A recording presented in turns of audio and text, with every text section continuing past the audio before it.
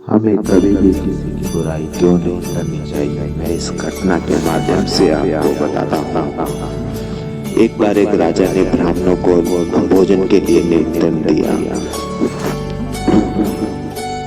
उसी समय जब राजा ब्राह्मणों को भोजन करवा रहा था, एक चील अपने पंजे में एक मुर्दा सांप को लेकर वहां से ऊपर से गुजरी।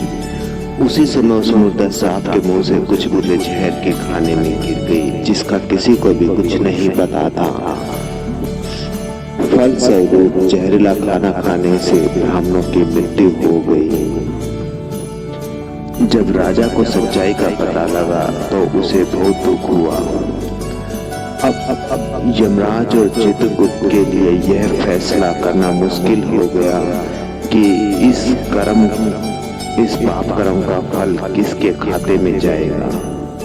राजा, जिसे पता ही नहीं था कि खाना जहरीला हो गया है, वह चील जिसे पता ही नहीं था कि इससे किसी की मृत्यु हो जाएगी, वह सांप जो पहले से ही मर चुका था। तो इस तरह से बहुत दिनों तक यह मामला यमराज और चित्रगुप्त के पास अनसुलझा ही रहा। फिर कुछ समय पश्चात एक और घटना हुई।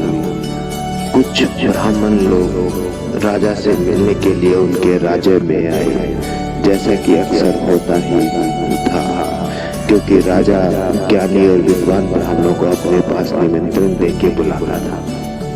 तो इस तरह से वो राजा के महल का रास्ता पूछ रहे थे।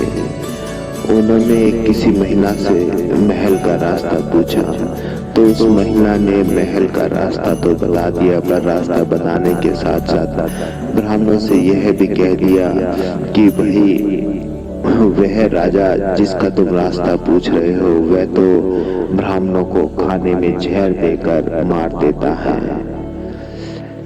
अब क्या हुआ, जैसे ही महिला ने ये सब कहे यमराज जी ने सुने, तो उन्होंने कहा कि इस पाप कर्म का फल तो इस महिला के खाते में ही जाएगा। तो चित्रगुप्त ने पूछा कि ऐसा क्यों?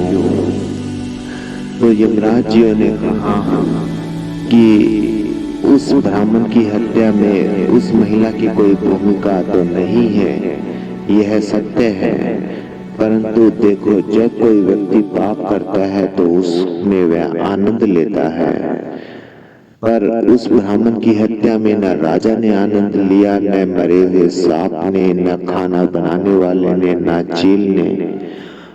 अब उस कर्म में, उस घटना में, उस पाप कर्म में यह महिला उस चीज का आनंद ले रही है, उस बुराई करने में। इसलिए राजा के उस अनजाने पाप कर्म का फल अब इस महिला के खाते में ही जाएगा।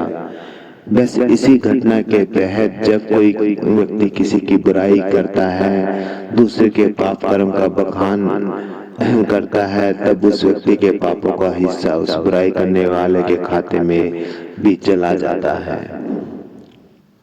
अक्सर जब हम जीवन में सोचते हैं जीवन में कोई पाप कर्म नहीं किया, फिर भी इतना जीवन में कष्ट क्यों, ये कष्ट कहीं और से नहीं बल्कि लोगों की बुराई करने के कारण ही आपके कर्मों के खाते में आए हैं। इसलिए यह संकल्प लें कि हम अपने कर्तव्य पे रहते हुए कभी किसी की निंदा नहीं करेंगे।